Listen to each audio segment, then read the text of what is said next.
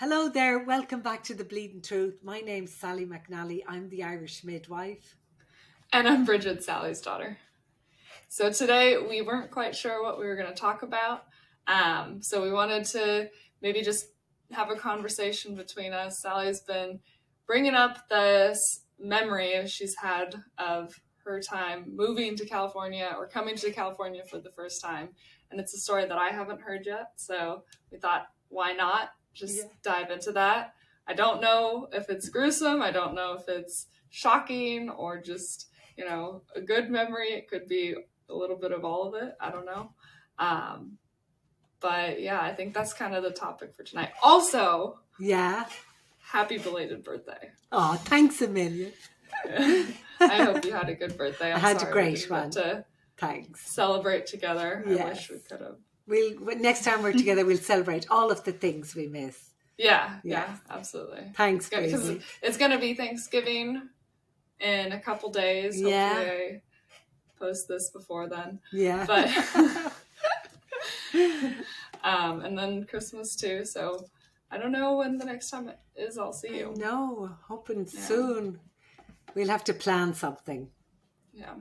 When we plan it'll be my story of coming back to California. Yes. Okay. But I don't know. Anything you want to say before we get into it? Any disclaimers? Sometimes when you get old, like I was thinking about this on my birthday, when I look back, there's certain times in your life that are super important, and there's crossroads, right? There's you reach a crossroads, and how different your life can be depending on the road you take, and that's why this story is kind of important to me. Yeah, because it was a major crossroads for me, let me tell you. Yeah. Okay. It's like one story leading to another story, but the story in between is what's important tonight that I want to share. Okay. All right. So where does it start? Yeah. Well, it kind of started when I left Alaska. I traveled with a friend to Nebraska. Where he wanted to go and visit his grandfather, who was a really cool old guy.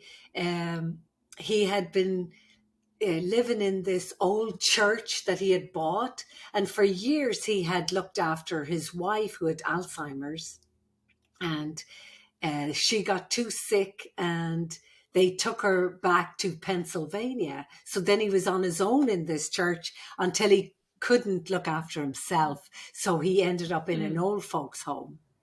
So my friend that I was with, he wanted to go and see his grandfather before he died. So we went to Nebraska, of all places. And when I went to visit this old guy, I loved him. He was like in his late 80s, and we just developed this great communication. He would talk to me and tell me his stories, and I could listen all day.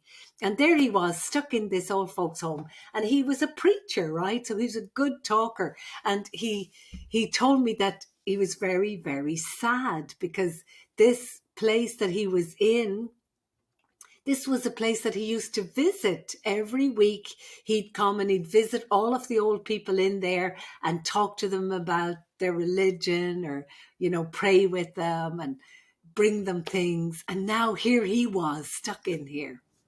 So it kind of broke my heart, and I felt so bad for him that I broke him out of there. Oh. Wait, maybe you have told me a little bit about this.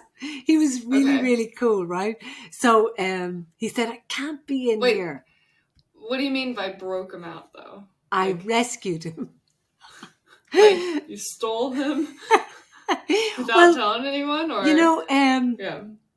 it was kind of a rescue, really. And he was with his grandson as well. But we got a wheelchair from somewhere, and we said we were bringing him out for the evening to bring him out to dinner, and everyone thought, what a great idea. And he was really sick and old and couldn't walk, but he missed his wife, and anytime he talked about her, he'd cry. So I brought him home to his house, and his house was a renovated little church made into a home that they'd lived in for years. But of course, it was very run down, and like there was like little shelves made out of, cardboard boxes and stuff like that. And you could tell he didn't have a whole lot. He had no money or anything like that. He just had this and a really old car. I think it was a Ford something. So he got more and more chatty, and he was so excited to be home that he started telling me secrets from his life, like when he gave up drinking alcohol, that he was like a bum that traveled on the trains, and he would jump on the train and travel from place to place. And then one day he got this like amazing epiphany that he was going in the wrong direction. He was telling me about his crossroads, right? And he had a bottle of whiskey and he was drinking it. And all of a sudden, it was like, he said, it was like an electric shock coming through him. He realized, I don't have to do this. I'm not going to do this anymore. And he threw the bottle at the wall and it smashed. And it was such an amazing moment for him. And he said he'd never told anybody that before.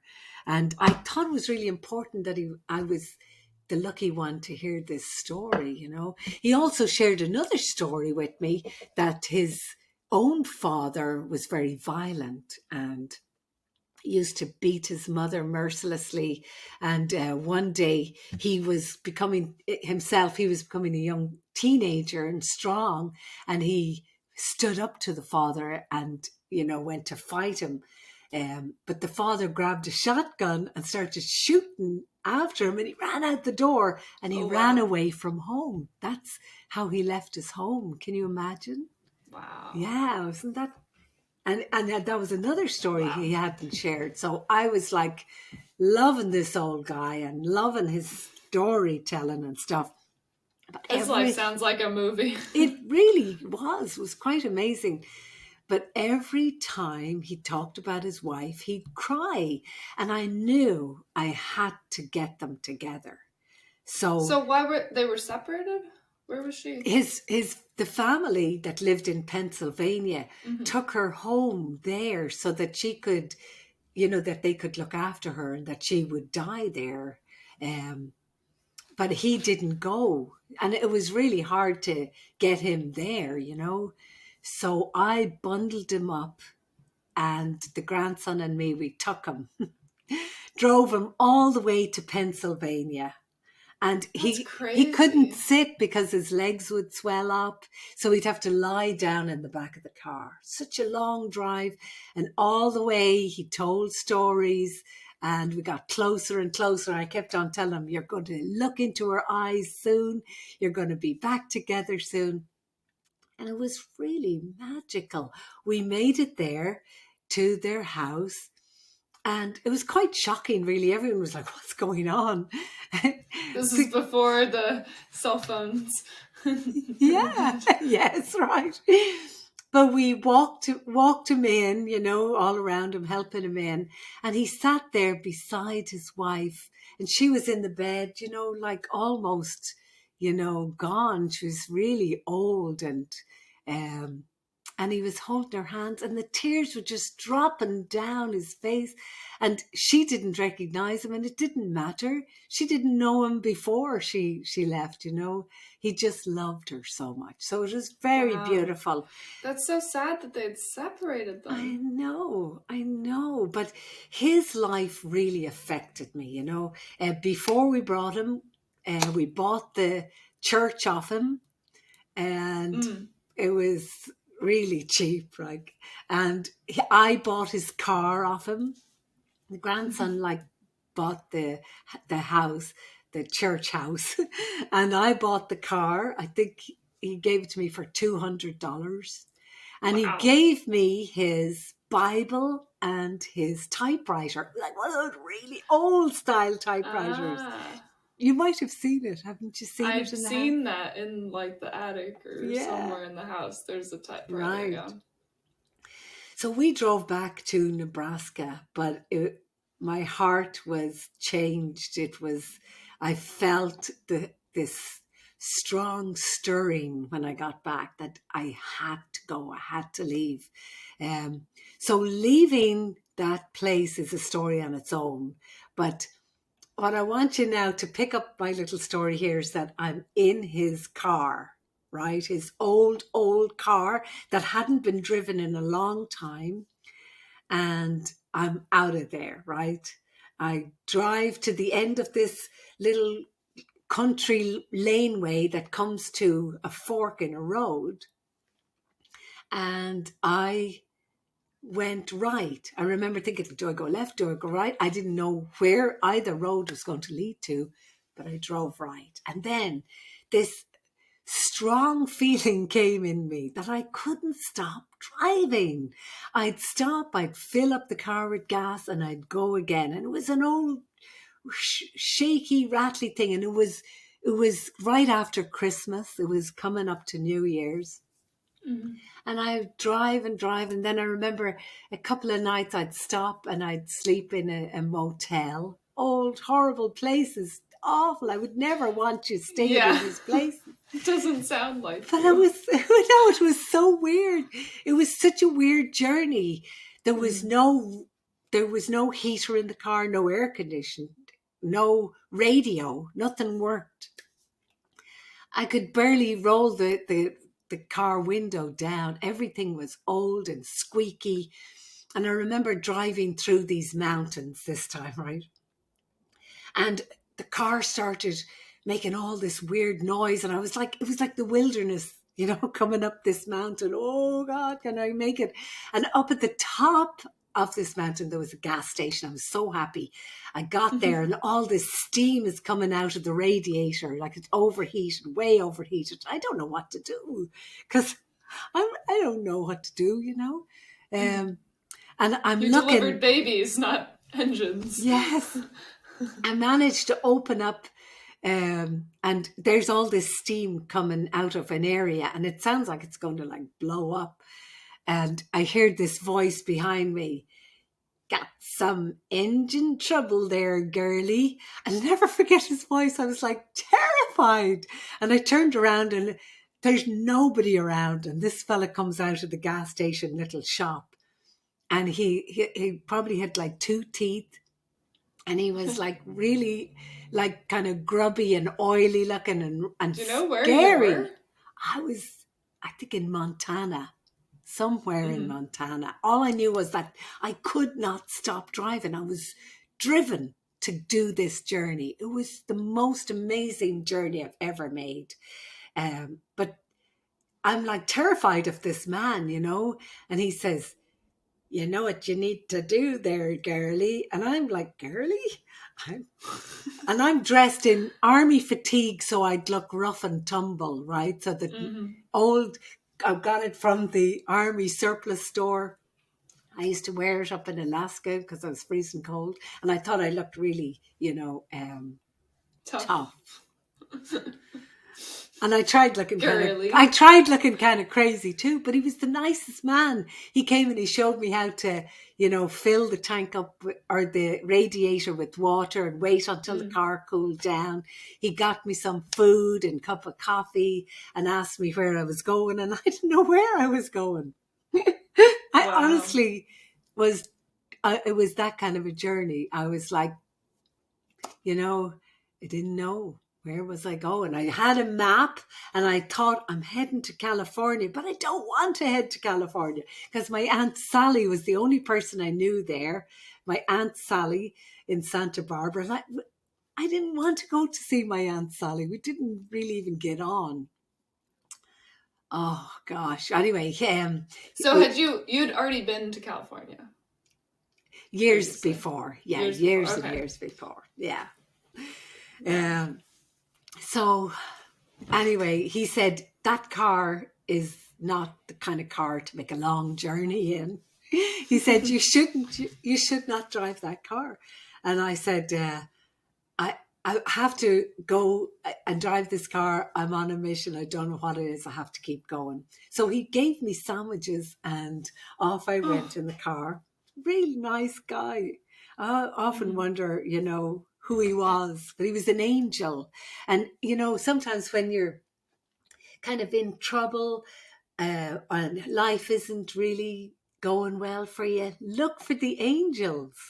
They're there, that for me, I'm like terrified out there in the world. I'm driving a car that's going to die. I have $8,000.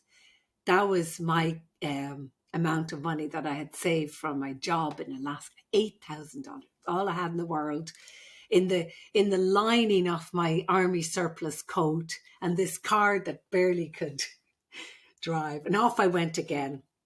And I'm going and I'm going and I'm going. And I remember I stopped and I called my sister Mary in Ireland. And it's like one of those like pay phones, and I'm putting coins in as fast as I could and telling her, well, I'm on this journey. I'm going to California, but I don't really want to go.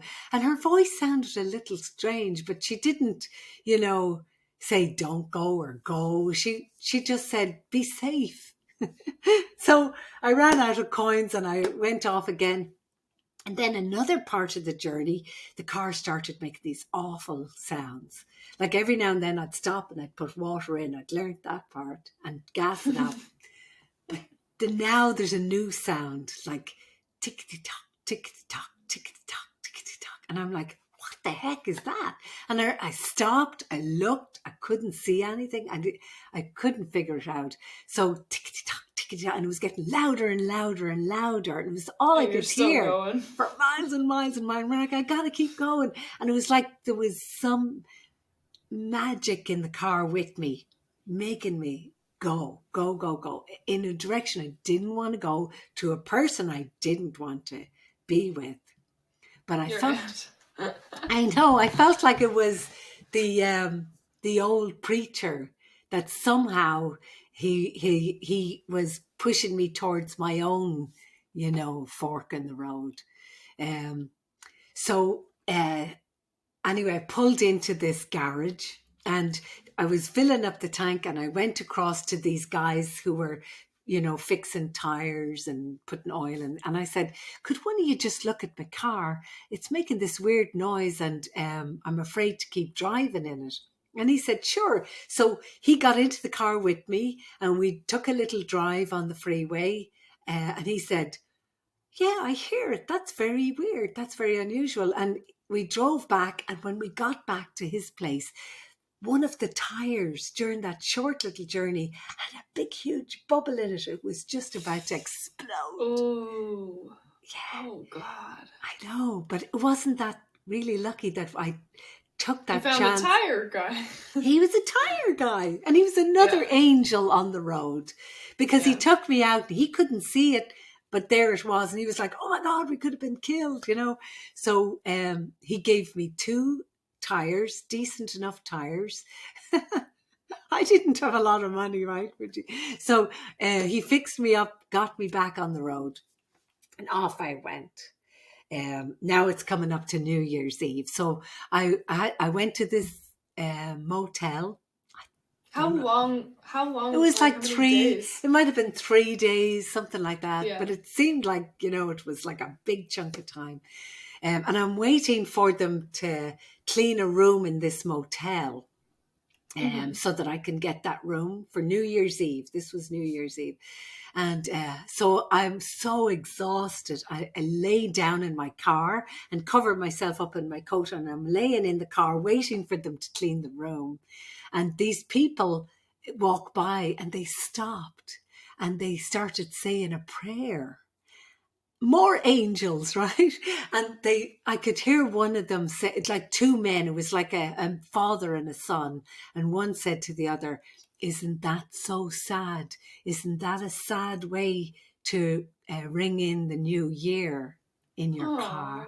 They thought I was living in my car. And I was like, wow, this is what it must feel like, what people see. Anyway, I wasn't quite living in the car, right? But it was a fork, a big fork showing up. So that New Year's was in that motel on my own. I remember that really well. And thinking, wow, this is kind of scary. What are you going to do with your life? How did you get to this situation? How old were you? I was too old to be in a situation like this, Bridgie. I was, over 30. Yeah, I was it. I was still living the wildness that I should have been done with. But, so then, anyway, um, I the next part of the journey, and almost there, um, I was driving through San Francisco, and I remember knowing this is San Francisco. That's the big bridge I could see, but I was like down and sad and getting kind of lonely and going through all of the different emotions, being really happy, being really lonely, being really depressed, being kind of angry with life.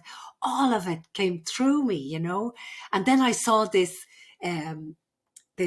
off ramp, and I thought, I'm just going to get off here. I'm sick of this drive, and I don't want to go to Santa Barbara to see my rich aunt, and for her to look at me and to see that I'm a failure. I wasn't a failure, but I felt like it in that few days. Well, where did I get off? Only Skid Row.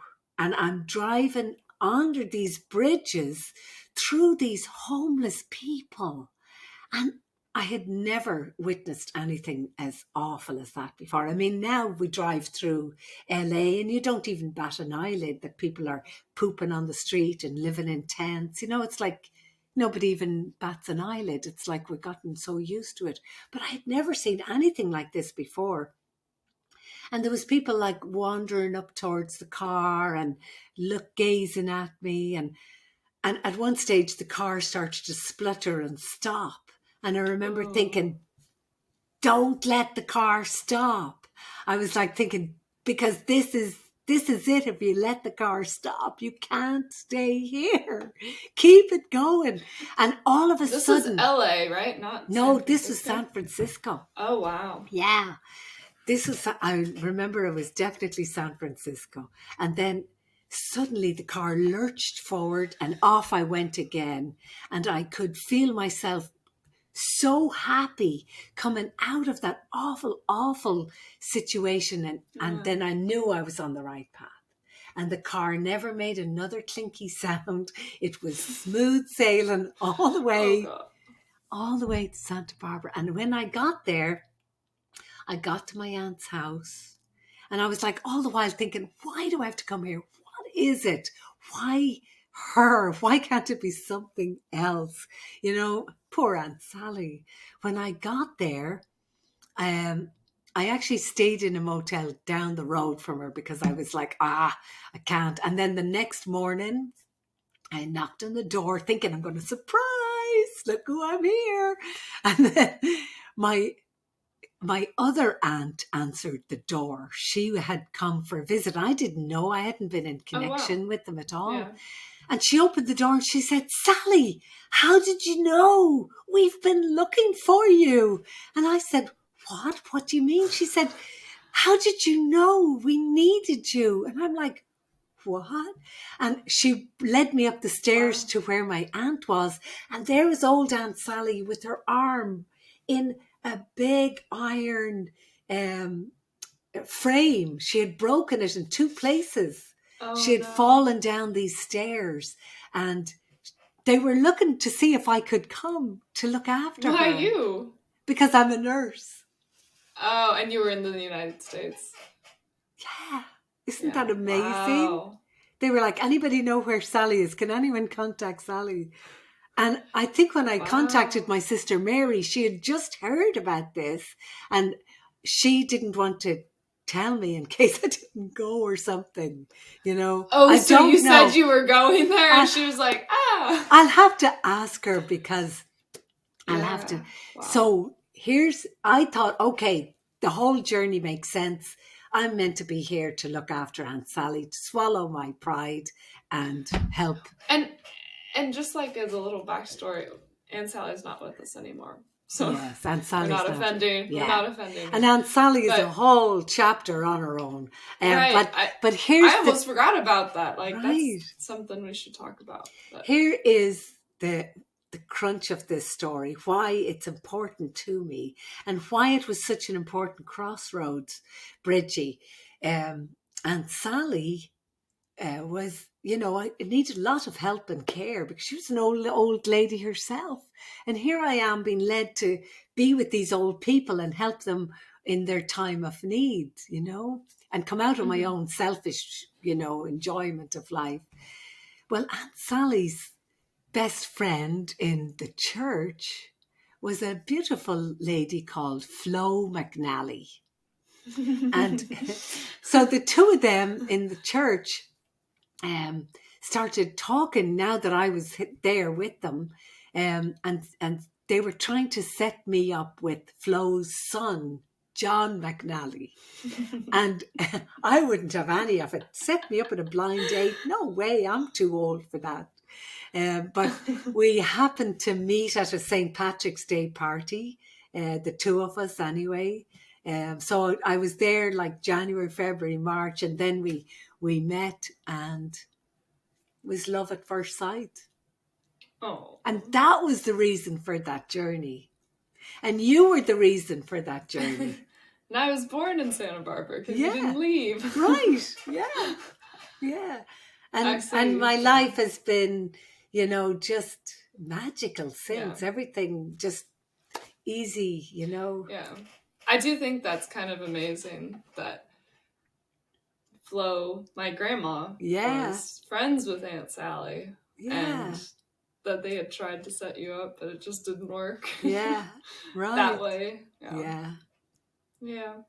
So I'm sorry. I've heard, no, I love that. I've heard parts of those stories and you just Yeah. put a lot of it together. Yeah. Yeah. But the old guy gave me his Bible and his typewriter, and I want to write now, and I have been doing a tiny bit of writing, but I think of him often because his Bible had, notes in it from the sermons that he wrote, and he would write the notes beside the passages that he wanted to bring together. And I thought, wow, it's so clever. I could see the notes in the passage and how he would bring it into this beautiful story, and he'd type it out on his little typewriter. So his story is part of my story, and my story is part of your story, and Johnny's story, and Aunt Sally's story, and how we're all entwined with each other. That we shouldn't ignore people that we meet. All of the little angels that I met along the way, and it was a hard journey because I was very confused, not knowing really what direction I wanted to go in. I actually wanted to go to India. That was the next place. Yeah. That's crazy. Mm-hmm. And do you feel like what was it about my dad that helped settle you down? Because you were kind of going to so many adventures back to back at that time. I know before Alaska you were in Georgia, and then before Georgia was Ireland and Saudi Arabia. I know, it was like a bouncing. Yeah, you were going all over the place. I know. I think I was looking for him, Bridgie. I was looking for him because and he had been to Ireland 9 times before he met me. Because you were in other places. And the two of us had to meet there at that moment. You can't rush life. You can't force things. It has to happen in its own time. It unfolds for you when it's meant to. But I remember telling him on our first date that I'm going to go to India and study yoga with the sages on the beaches, and he's like, no, I don't think you're going to do that. But he knew, and I knew when we met each other. It was like instant. It was like, And we feel so lucky, you know, that we actually did get to meet through all of the weird life that, you know, life for most people. How is it that people meet their soulmate, you know? All the millions of people you meet along the way. Mm-hmm. Like I love that story because, you know, I'm my personal story is definitely still unfolding, of course, but just like the most similar thing is my move to Texas. Like that's something that really was not part of my character. Like before, like I kind of didn't, like I was thinking anywhere but Texas. I know, isn't it amazing? That was kind of like my perspective beforehand, but I feel like since I've moved, I've just opened up so many new doors, and I've met so many great people, and like the job I have now, I couldn't have imagined like not being in this position. So now. Great. And all of that just because I like kind of took a chance, right? And that's right. Could have stayed, could have gone somewhere else, you know, could have done a lot of other things, but it felt right at a certain time, and now, you know, I feel like it's still feeling right. So I'm happy with that decision. Right. How but yeah, I can see that, you know, like you're not really sure, because it was kind of like that switch was like, I think I just gotta go and try it out, and now things are, you know, just picking up, and like, it feels like home. So that's so wonderful. I love to and hear I'm sure that. I'm not gonna stay here forever, but we'll, you know, move around, and this is part of it. But this is part of it. And I think that's, you know, when you are talking about it, that's very, you know, powerful. I think that we all have like our own drum beat that we listen to, and I love that you listen to your drum beat. I mean, you know, if it was up to me, I'd have you here in my arms and just carry you around. But and I really wouldn't be happy that if you stayed here. I want you to get out and live your life and see the world and experience things, but be safe, you know. I wouldn't ever want you making that kind of journey that I made. I've been in some really dangerous positions during my life, different moments where you're like, whoa, I'm in real danger here. That one was a kind of like a long drawn out kind of dangerous, not knowing, you know, and yet every step along the way, there was somebody saying, come on, you're making the right decision. You're going in the right way. Let's help. Right. That's incredible. Yeah. And pushed me right into Johnny's arms. I mean, what? Isn't that cool? It's amazing. Yeah. He actually, I think the last time I was in California before my move, I was down in SoCal, and he had me watch the video recording of him proposing to you. Oh, yes. You were like at work, but I watched it with him, and it was just, it made me cry. Oh, so fun. He did like a poem, or no, was he singing or something? Or he was reading a poem, but then he had you come up for something, and you were not suspecting it, but it ended up being in the newspaper because he did it in front of people and cameras and everything. It was so great. We'll do a podcast, a romance podcast sometime. Yeah. We'll tell each other our love stories. I'm sure you guys have stories about, because you guys were together before you had me for a while too, so I'm sure there's stories there that I don't know about. Yeah. The engagement one was so great. Yeah. I love that. But yeah, what I kind of wanted to say was that in rescuing the old preacher guy, it was he was rescuing me. Really, like his life impacted your life in such a great way. I mean, so I think we should all look around and see what's happening in our life now, and everybody that's there is playing a part of your symphony called your life. They're all got an instrument. It's all important. Yeah. And everything is exactly the way it's supposed to be. That I don't know about, but I think that there's definitely an element of like, you know, the resources that you had growing up versus, because I had times in my life where I felt discombobulated and just made bad choices and such, but I feel lucky enough to have had a good support group and Right. people to Yeah. like be good examples in my life that Yeah. you can lean on and Mhm. kind of, you know, see what I really want to be like and such. Yeah. And Right. I don't know, I feel lucky to have kind of gotten myself out of my own, you know, Yeah. mess ups sooner than maybe some. Yeah.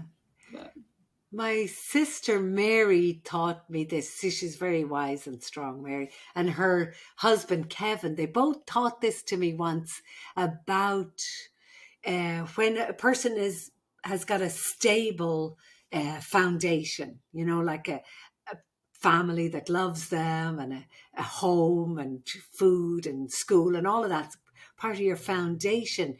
That sometimes if you fall off the foundation or get too far away, not to worry too much, because usually a person with a good foundation comes back and finds that feeling again, that they always want to come back to feeling like that safe foundation. yeah. And then eventually they create that in their own life. Like you're so grounded. It like amazes me. You're so young. You're What does like, grounded well, mean? you like know all about your finances and your responsibilities, and you don't have that Well, let's but make life dangerous thing. I did for a while. I know, but you came back to the Yeah. foundation. And I think a lot of that has to do with the resources I had. Like you said, like if I had the foundation, Yeah, right. and part of that was like swimming and Yeah, having, exactly. strict Yeah, lifestyle in that sense that Yeah. was motivating. yeah, But like that's because of, what I was lucky to have with you guys. right. And yeah. What she says is true. Yeah. In that case. And I think yeah. I had too. I must have had some kind of a firm foundation as well that, growing up. I must have, right? Yeah. Yeah. Because I'm not that crazy. You're not crazy at all. Maybe a little. But yeah, no, I think, thank you for sharing that. It definitely connects some of the dots. And she keeps saying she's going to write a book. So I know that when you do that, eventually it's going to have way more detail. Yes, lots more details that and actually have, a real view of everything that you were feeling and such during that time. I don't know if I've said it, but there's sometimes when you tell stories that like make me uncomfortable because I don't want to like think of you in bad situations. I know. Like it's almost like I don't want to hear it, Yes. And because it's almost like I don't now. want to say it. Yeah. Because it's like a downer. And I think we're both the same where, if you hear something that's kind of sad, you get sad. Yes. You kind of like absorb it. So we do the same thing where we just try to be happy all the time, and it works. Yeah, it does. It works. But you know what? You find out what happiness is sometimes by knowing what sadness is. Right. To have a real experience. It's like sometimes you meet people and they've had a hard time, and they're really, generous and kind and open, and and they feel it when you're sad. Those are the people who have lived a life, and I feel like I've lived a pretty interesting life so far. You have. I know what it's like to be lonely, to be sick, to be, in danger. And because of those types of experiences, I cherish what I've got now. Now I really know how beautiful my life is now. Mm-hmm. And it's not about money. It's about people, good people and safety. And I wouldn't give it up for the world. Mm-mm. Yeah. Yeah. Yeah, I think, yeah, that's... But are we doing a downer one? Sorry if we're bringing anyone down. If you're still No. listening, really, I wanted to tell that story because maybe you're at a crossroads, somebody out there, and maybe you're driving in your car listening to this, and you've got a crossroads coming, listen to your own drumbeat, your inner wise one. She's going to help you. She's going to lead you to where you're supposed to be. Yeah. And That's all powerful. of the angels as well. My angels now are Mr. Bagel and the other cat. Oh, 2 cats. Those are my 2 little angels. Aw, Because they make me feel like a mom. I just want to baby them all the time. Oh, love that. It's just... And then, it's just every time I'm with them, it just makes me feel happy that, I'm got a comfortable life now, and things are going well. It's kind of like that on a smaller scale. No, it's just the same scale. It's life unfolding for both of us. Okay, we're getting sappy. Let's not get sappy, okay? All right, I missed you, Bridgie. I've missed you. Really, yeah, no, I think that was a good time to share a little bit more about, your past too. I know there's more. We'll get it out of you. There's a lot more. But thanks for listening. And if you're still there, thanks a million for being there. We really appreciate it. We love spending time with you. And soon we have a couple of more very interesting women coming up. We have Charity's going to tell us about her traumatic birth experience. We have Sarah, she's coming soon. She's going to talk about contraception. We have Jen going to talk about pelvic floor physiotherapy. So all of this is coming. We just have to get them going the next few weeks. Yeah, we're taking things spread out a little more. So we'll try to throw in some more episodes of just you and me chatting and catching up, and more stories too. But we still love having the guests on, and I hope that you guys enjoy listening to those as well. Yeah. And please, if you're still there, give us a like and subscribe. Give us a review on Apple if you get the chance. That really helps us out. And we'll be back with some more. Yeah.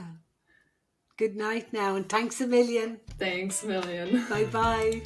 So thanks again for listening. We really appreciate it. And if you like what we're doing, give us a bit of a review on Apple. That would help us so much. And if you come across a subscribe button, press the subscribe button. It doesn't cost you anything.